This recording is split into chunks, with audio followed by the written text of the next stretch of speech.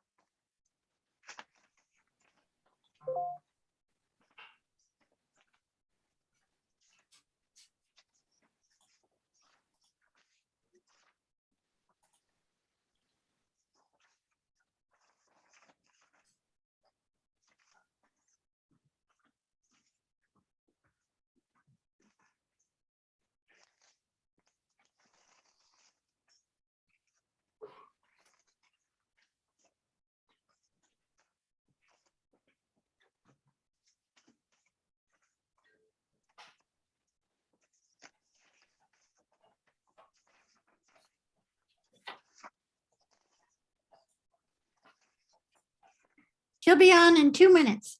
Okay.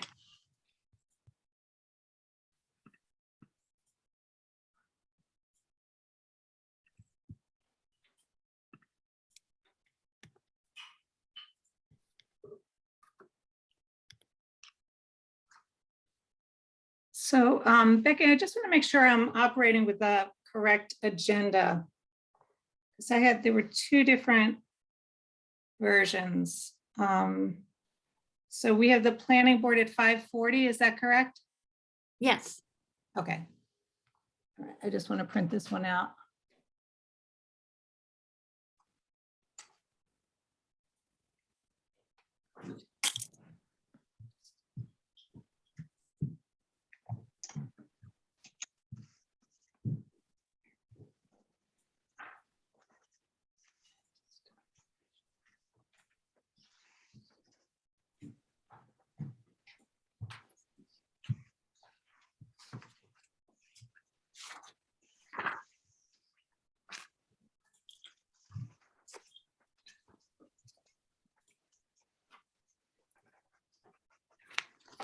Oops.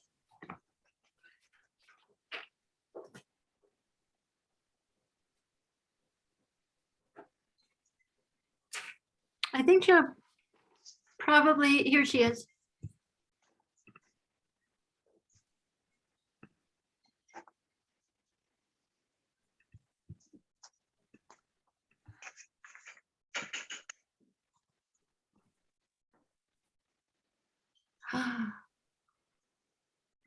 Hello, it's gonna take a second for the video, but go ahead and start. Okay. Sorry, agenda with the Okay. said 5:45, so that's what I was heading to.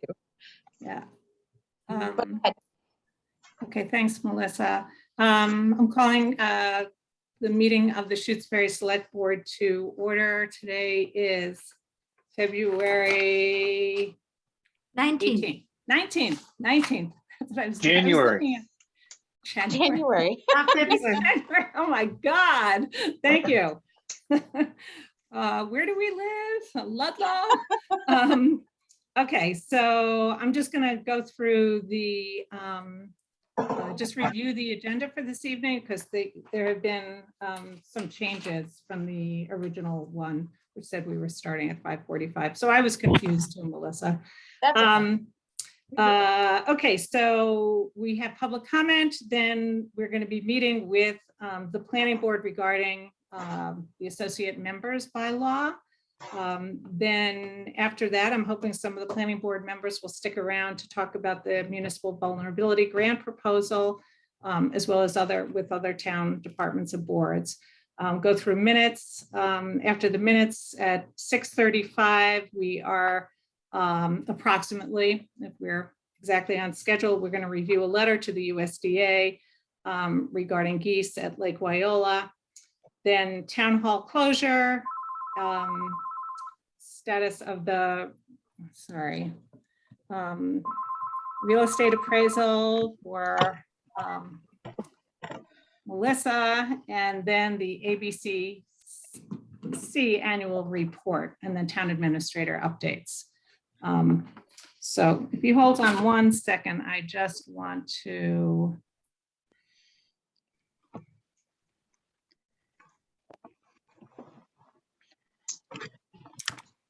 Sorry, Melissa, when we changed the time late last week when we had to move to Wednesdays, and I think I sent out the wrong one in the packages now, but what is posted is the 5:30 one. Okay, that's fine. That's where I had my Send confusion. you that one? Yeah. Okay, so we're gonna lead off with public comment, and as usual, I'm gonna ask people to use the raise hand feature that is at the bottom of your screen, says reactions, and you can raise your hand if you would like to speak during this public comment period. Jeff Lacey. Hi there. Thank you. I think Deacon may be joining us as well for the planning board portion. My public comment doesn't have anything to do with the planning board. I just noticed that there were 3 meetings scheduled on Martin Luther King holiday on Monday, and I don't know, I wasn't expecting meetings. There was one committee that I was interested in that was meeting that day, but I'm not used to attending meetings on holidays, and the planning board certainly never meets on holidays, and we thought that was the policy of the town. I did bring it to a couple of people's attention, but it didn't seem to matter. So I'm just wondering if the town does have a policy for meetings, for non-emergency meetings on holidays. So typically we don't, Question, but it's a comment. yeah. Becky, do you want to just address that? Sure. Okay. There is not a policy. We work very hard not to have meetings on holidays, but to get work done. We were in a situation to move things forward, the RFP, the survey, and capital plan, that in this instance, we did have the meetings. There is nothing, it's not against open meeting law. It's perfectly allowable. We just work really hard to avoid it. Okay, other comments?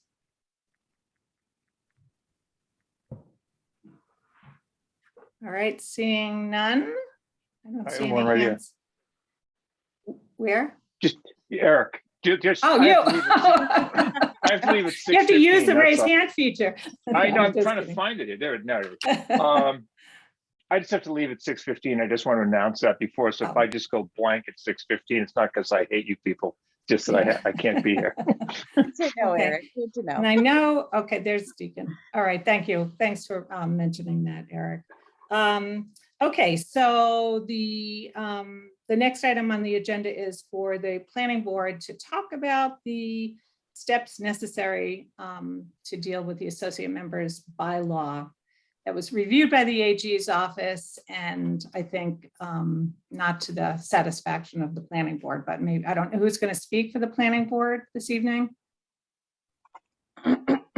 Jeff, I think maybe Michael wants to lead off. I can lead off. Jeff's the substance guy on this, but I guess I could just frame it since I was the author of the bylaw.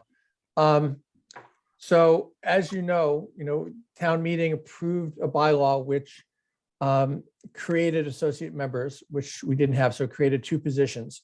And the way the bylaw was written, based on the research that I did and the discussions that the planning board had, was that not only could an associate member, if needed, get tapped by the chair to get involved with special permit processes, but also fulfill other requirements that we might need a quorum for. So for example, if we were having a hearing on bylaws and we didn't have enough people, an associate member could participate.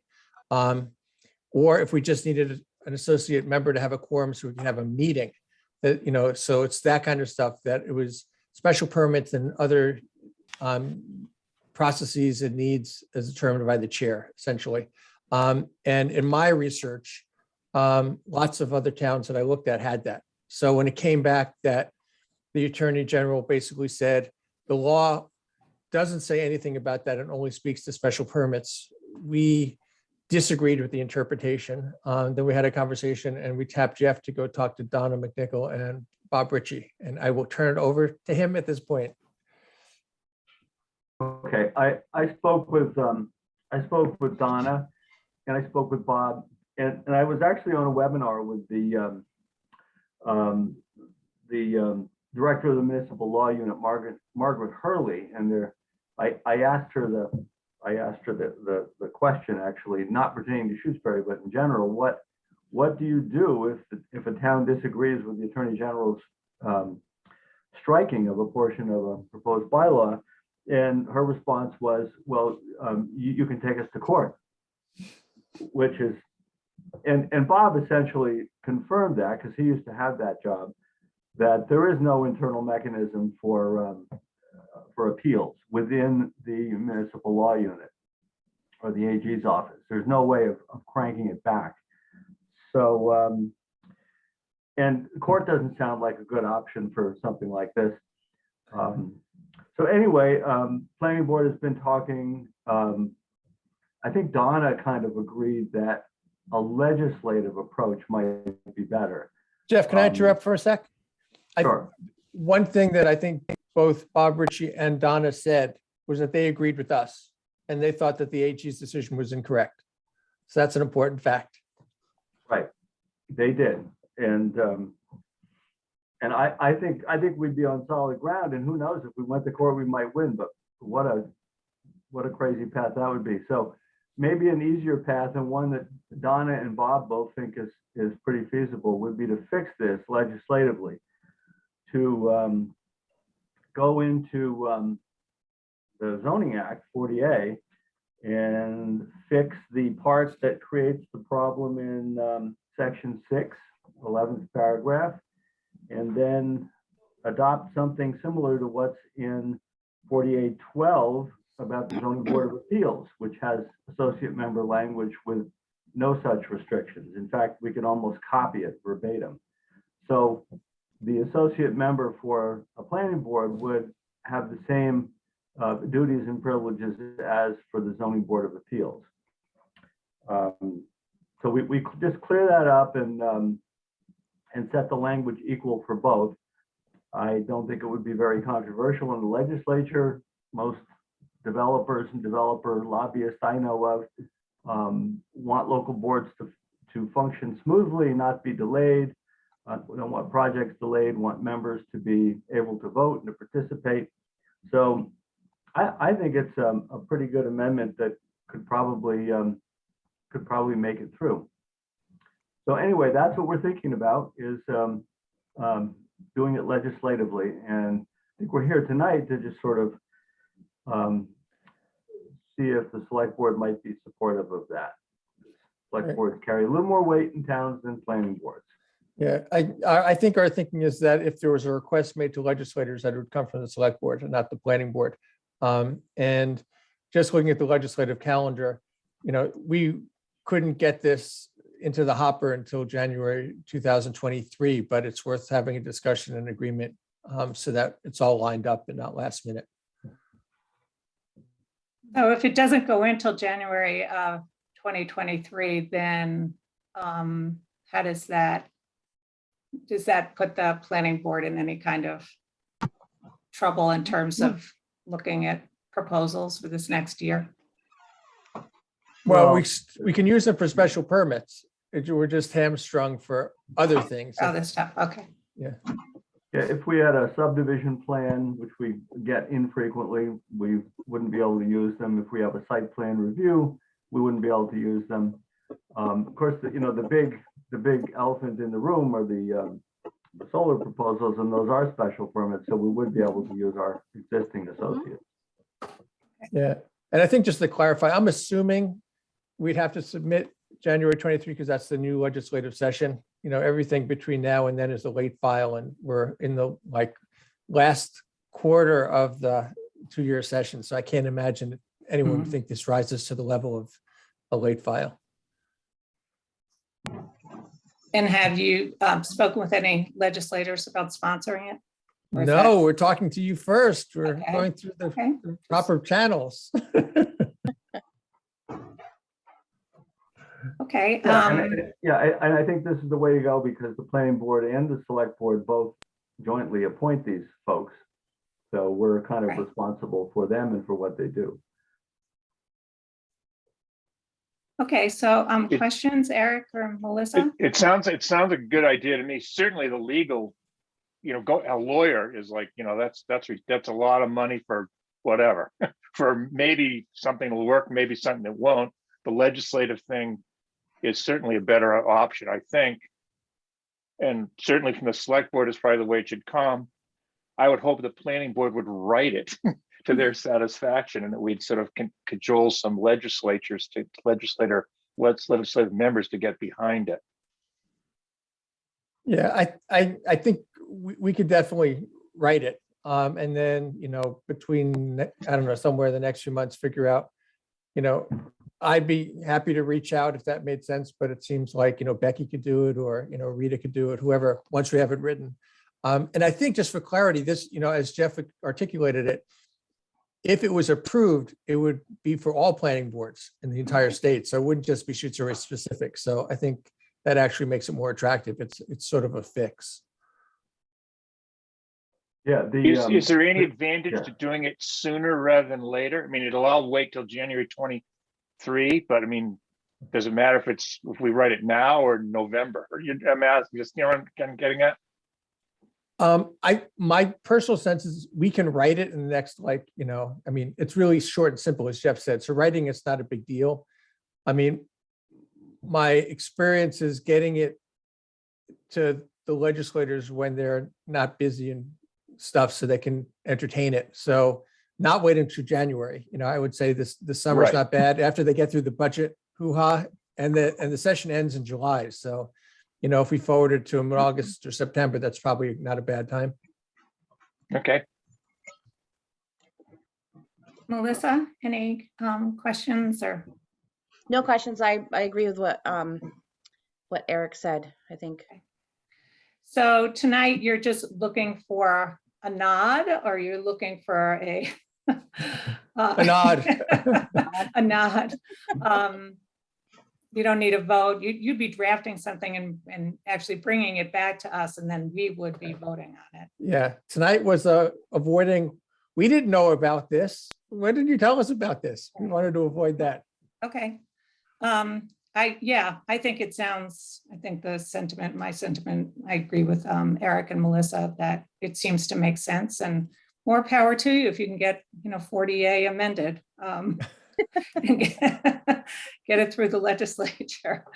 It'll be called the Shutesbury Amendment. Yeah, there we go. Town pride. Right? Okay, great. Thank you. Can I have a quick question for, I guess, Jeff and everybody. Were we going to just give an update as well about the amicus brief? It seems like this would be the appropriate time while we have the select board's attention. Sure. Okay. And then I'm going to have to get off because I have a zoning board meeting at 7 to get ready Okay. for. Well, I can do it really quickly, but Okay. so I think I gave you guys a very snapshot update last time, but basically the SJC elevated a Waltham-based solar bylaw case. And that's because there's been solar bylaw litigation that's happened across the state. There's been decisions on both sides. And so the SJC, I think, wanted to clarify what unreasonable regulation was. What I've been told, and I mean, Michael Pill came and talked to us and gave us a heads up about this, and he's writing an amicus brief on behalf, in support of developers, as opposed to municipalities.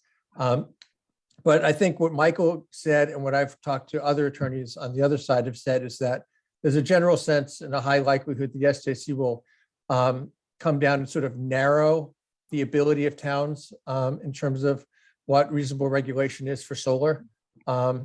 So, we're definitely on one end of the spectrum. I did research in December. There's 206 municipalities in the state that have solar in their zoning bylaws. And by my estimation, if you looked at that, if you interpret it really narrow, there's 168 that might fall outside of what the SJC thought was proper. So it'll have a big impact. So there's a move afoot to have an amicus brief filed, basically on behalf of municipalities saying, solar bylaws should have some vitality to them. They shouldn't be so constrained that there's nothing to do. So the quick update that I know is Meg Sheehan, who's an environmental attorney in the southeast part of the state and used to work for the AG's office, is writing an amicus brief. The Wendell Select Board has already agreed to sign on. Ashfield is signing on. Coleraine Select Board and ZBA said they were interested. Wareham in the southeast is looking at it. And there's some nonprofits. MMA and MMLA are not going to be submitting an amicus brief on behalf of municipalities. So I know we're going to talk about it on the planning board beginning of February, because by then there should be something written and we can look at it. but mostly it was sort of a heads up to you guys, and also because select boards are signing on. The SJC is hearing oral arguments March 7th. And so the amicus brief has to be in, I think it's 20 days before then. So whatever 20 days, it's the end of February, basically. So I think the idea is, municipalities as they're becoming aware of this are saying, we should have solar bylaws with some teeth. And it's not case specific, it's not proposal specific, just generally speaking. So that's what we know, but I just wanted to let you know about that. Again, Michael, did you say March 27th? no, March 7th is the oral arguments. Okay, there we go. And it's 20 days prior is when the amicus brief is due. Okay. I could just add quickly that the problem with this case is, and if you want to look it up, it's called Tracer Lane v. Waltham. And Land Court or Superior Court had it, and then it was going to go to the appeals court, and then the SJC swooped down and picked it up on its own, a motion, which is unusual. But the facts are bad in this case. Waltham only has 1.5% of its land area zoned for solar possibility. And this particular case wasn't even to have a solar farm in Waltham. It was to access from a road in Waltham across a property in Waltham to build it in the next town over. So it wasn't even in Waltham. So the facts are terrible. And I think the point of amicus briefs is to say, hey, this might be a bad example, but don't go overboard in your decision. Don't throw the baby out with the bathwater just because you've got one bad apple town here. Many of our towns do allow for solar. On Shutesbury's case, 75–80% of its land area. And we have reasonable regulations. We've permitted them. So don't ruin it for the towns who've tried to regulate responsibly. So in other words, in legal language, try to say that. Okay, thanks for that update. Any questions, Eric or Melissa? Just a question I have is when can we actually see, when will we see this? I can't believe towns are sort of signing on, they haven't seen it. That's a little crazy to me, but when would we see it? Today's the 19th. I'm hoping by the end of the month, there should be a draft or early February. So, I mean, I don't think the planning board would consider signing on until we see it. So, when I get a copy of a solid draft, I can forward it on.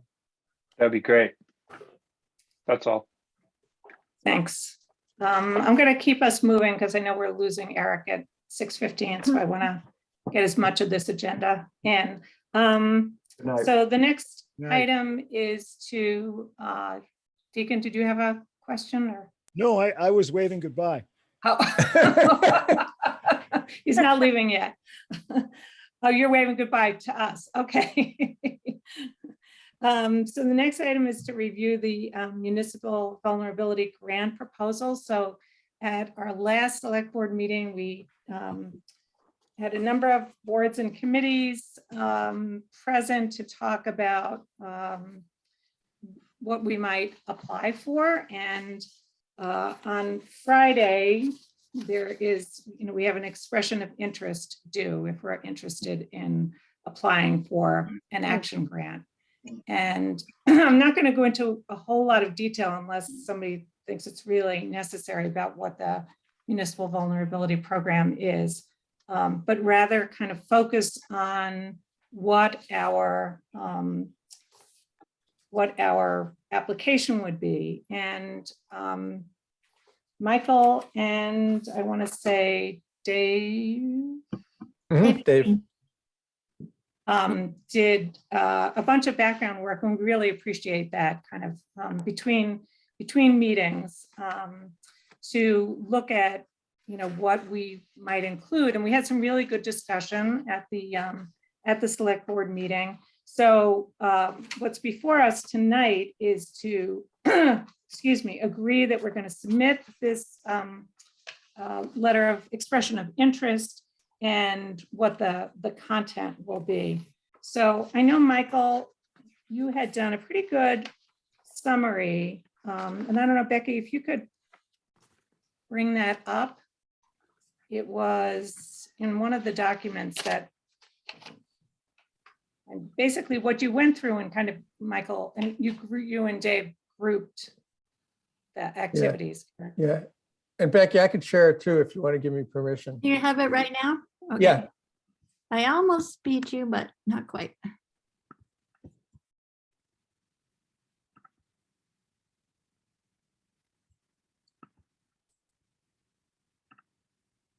There you go. Oh, hit the button too quick. There we go. Let's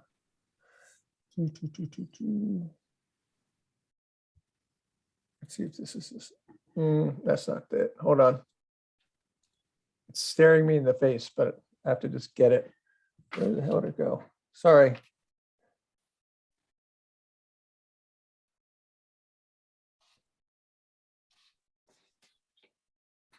There we go. Okay. Can you guys see that? I'll make it bigger.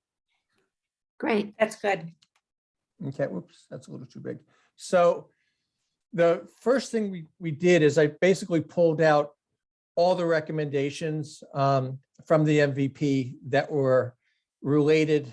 And so the general theme was water, so there's stormwater and flooding and drought and a whole. So I pulled out all that stuff because I think what we came to was if we can have a thematically linked proposal, we can include a lot of different actions. And so this document, you'll see this is grouped by priority. So this column here, it says high and moderate. So this is grouped by priority. And then this next page, whoop, where'd it go? This page that's priority. And this is by activity. So I have planning, assessment, and I have actions. So there's two ways to think about it. If we want to make sure that we get the high priority stuff. And my sense is that everything listed here, we can apply for. It falls under, and so part of what I ended up doing is in the expression of interest, they asked you to pick off, select a couple of MVP keywords and to tell you what the climate impact category is. So you see this column is inland flooding, extreme heat, drought. And then the other ones are things like culverts and bridges, green infrastructure, watershed management, et cetera. So these are the MVP terms that we're going to have to put in anyway. So in terms, just looking at this one, if we think about planning and assessment, and I think it's there's the Lake Wyola culvert is something that Becky said we've already achieved. So we can take that off, but I would want to be inclusive. But on the far right, you'll see from a budget perspective, all these first planning and assessments are all consultant activities. And then the bottom, it's either staff or committee. So, in terms of what we'd be asking for, we'd have to pay consultants. We don't necessarily have to pay for staff, but we might have operational costs to sort of support the activities, since these lower things, which are done by staff and committees, are actual actions. So as an example, the second one, continue efforts related to the town's well monitoring program. There might be some minimal costs to actually doing the monitoring. Whereas a lot of the stuff on the top, you need to hire a consultant to do it in all of these instances. I would think one consultant can do some of these, but I don't necessarily think the one consultant can do all of them. So they are grouped, and I think we can make a good argument in that regard. At your leisure, if you don't do anything tonight, I put a description for each way to think about this, either based on activity or in the priority. And I'll just scroll up to the priority. In this grouping, all the high priority stuff, we were doing, I know the moderate stuff, there's one lower. The only thing I ended up thinking we shouldn't recommend was coordinating with the town of Amherst about the Atkins Reservoir dam. And it's not that it's not important, but if there was a feeling like we're asking for too many things, that would be the one to drop off. If we're taking out the Lake Wyola culvert, we can include it. But that's basically the background of the thinking. So I think where it is for you to, I think what we wanted to do is say, here's the parts that are related thematically. How much do you want to ask for? And then budgetarily, I think there's a little bit of work that Becky probably has to do to price out whatever you guys decide on.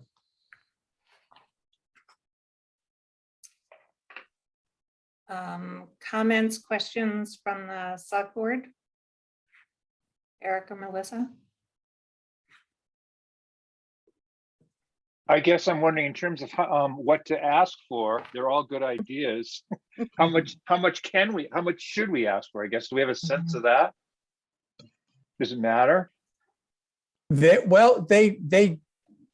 a lot of money that they give out. You know, I don't know, I haven't done the research to say they only give small towns a little bit of money, but I think Becky talked about, they did culverts with Leverett, and that was a big chunk of change. So my general takeaway, and other people might have opinions, is if you can make a compelling argument, you can probably get a chunk of change. Try asking for as much as you want, and maybe it falls in the middle, Yeah, you know? Yeah, yeah. I think this is the time to ask big. right. So how big? That's my question. In other words, Yeah. should we ask for all the high priority things, or half of them, or that's my question. I don't know what, does anyone have a sense of that? I think maybe, I mean, my sense was that we give them the ask, and then they're going to work with us, right, to kind of narrow it down. Excuse me. Because this is not the proposal. This is just an expression of interest. Right. Yeah. Well, you could take the items that you thought were higher expense ones and try those, you know, and then happily accept whatever comes our way. Yeah, my general sense, sorry, Becky, I just want to say one quick thing. My general sense, if you look at the cost column, there's nothing that's really expensive, because True. it's Well, all, that's true. it's all consultants. So collectively, and as an example, like the last two in the assessment, which is assessing options for standpipes and underground storage and the vulnerability risks, those are both related to firefighting. So if you had one consultant who did that, it's a small enough contract where they can walk around town and come up with an assessment. So I think the actions would normally be high cost, but our actions are actually pretty small, because we're not doing any culvert work. We're not doing infrastructure. We're doing Right. assessment, and then we're doing some activities to make us safer. Right. Well, in that case, try most of it then, Yeah, why not ask for all of it at that point, right? Why not? and then Yeah. consolidate, like you said, Michael, consolidate those ones that are similar and one consultant can do it, maybe consolidating them at the time at your, so that's my thought. Becky? Yeah, Michael already made my point, because we're not asking, we have not identified infrastructure projects except the one we are just completing. So the cost will remain low until we identify, and I think the feasibility studies will lead to identifying further actions that will be expensive and will have infrastructure costs. But if they're mostly green infrastructure, they might not be very high. Becky, I had a question about the highway department, and do they have any kind of inventory of culverts and bridges? I mean, is that something that they typically evaluate and keep a Yes, record they of? go around every year. They've got a set, Tim has a listing, but they're not inventoried by size and GPS location. I did speak with Tim about that, and he said that Steve Sullivan attended a workshop and received an instrument that they could do the GPS locating, and they could go out and measure. He said that they would be the best ones to do it because they know where they all are. Which, if they could fit that into bad days of weather, that might be he seemed pretty interested in trying to do it internally, the actual inventory itself, but it might be, we could reach out for a consultant and see if they could assist them in putting all the reports together and figure out how they could share the workload. So I think it's still viable. Yes, there is a documentation of the culverts, but not a thorough one with all their sizes and locations. The FERCog talked about, and we were on a list to have the culverts inventoried. Walter Tibbetts was working on that, but it never happened, and then COVID hit. So, let's see, oh, Steve is here. Steve, do you want to? Oh, good. He can tell me if, Yeah. So, yeah, so we don't have an inventory of all of the small roadside culverts, but we did one for the state 3 years ago on any culvert that was over 3 foot. So we do have a list of that, and it actually, we did it with a wheel. So we know how far apart they are and pretty much where they are on the roads. But we don't have one for all the little roadside culverts. You know, one thing I just remembered I wanted to mention is we didn't, and when Dave and I talked, we didn't want to add anything that wasn't in the MVP report, but there were 2 items that came up in the last discussion we had that were sort of new and somewhat related. One was the whole discussion of, you know, how do we deal with roads given stormwater, so the paved and the dirt. And then the other was in terms of stormwater management regarding Lake Biola. And I think thematically, both of these, they fit in here. And I think in the description, if I'm correct, I might have put them in here. Yeah, I did. So I put them in the description, but I didn't want to add anything that wasn't there, but that's how they got captured. So I think, you know, we can include those. And again, it's assessment. So it'd just be consultant time is my sense. Okay, But- Becky? I think the assessment of changing from dirt to paved roads on half of our roads in town could be a huge assessment project in of itself. Could be a big headache. Yeah.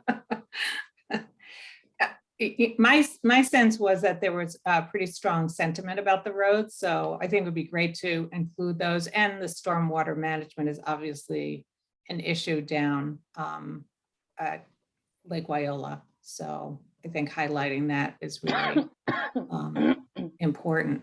So Michael, it looks like from your description that the description where you didn't specify how we're going to achieve it, but rather what we want to achieve rather than how to achieve it. Seems like that would be what they're looking for in this expression of interest, right? And then my sense is that we would have a conversation with the MVP staff to begin to focus on what that means, how we achieve our goals. Or do we go in there saying, this is what we think we need a consultant for this, a consultant for that? I think, you know, because there's the word counts are not very big for these Yeah. things. And I think my sense is the compelling part is to say, we went through the MVP planning process. We came up with all these things, a thematic way that we can address a lot of stuff. Mhm. We are asking for money to consultants to help with the assessment and some operational support for our actions. And I think we can maybe say we might be able to create efficiencies by having one consultant do multiple things, but you know, my sense is sometimes they have lists, you know, so like with the MVP, they had people who, you know, do MVP. You're Right. certified. So there could be people that they just prefer, hard to know. So I don't think we have to have it all figured out, but I think the package is probably, it says that we're thoughtful. Okay, and the expression of interest is pretty, I mean, it's done online, right? And Yeah, I can, did they ask for a budget? yeah, here, I'll hold on one sec. I'll pull I that mean, one up. I have a printout here. I was just looking, I didn't see whether or not there was a budget. Can you guys see this? Yeah, So. Oh, there yeah, is- estimated grant request. Yeah, Yeah. And so, I mean, I think it's, if we went through and this is the part I'm hoping Becky could maybe do, but I could guesstimate if you wanted me to, like what the costs of these things are. But that's all, it's not asking for a line by line anything. It's just a number. yeah, so we could, yeah, I could put together an estimate just by project and trying to be reasonable. And I'm not sure if I'm imagining this, but I believe I read something where if the town is fewer than 3,000 people and we're less than 80% of the state's area median income, that you don't have to provide 25%. Am I imagining that? I think Is it right here? I think, no. It says that 25% of total project cost is to be in kind. I don't see the other part. and or in kind. I'm gonna have to look back because that sort of Okay. stuck with me and I believe it had to do with this. But 80% of the yeah, 80% of the state's lower. median per person median income. So I actually had looked it up to see if we were below 80% and we are. So, but No, let me I see did- if I can find that. Yeah, there's FAQs. It might be in that. I didn't. Maybe it was there, yeah. So it- Okay, so I think we're on course here. Becky, do you feel comfortable? Because what I would look to the board tonight is to give authorization for you on our behalf to go ahead and submit this expression of interest. And I think a lot of the legwork has been done, and thank you, Michael and Dave, for doing that. Is there anything else that we need in order to move forward with this? I think I would just like to be able to run the 350 word scope by Michael and you, Rita,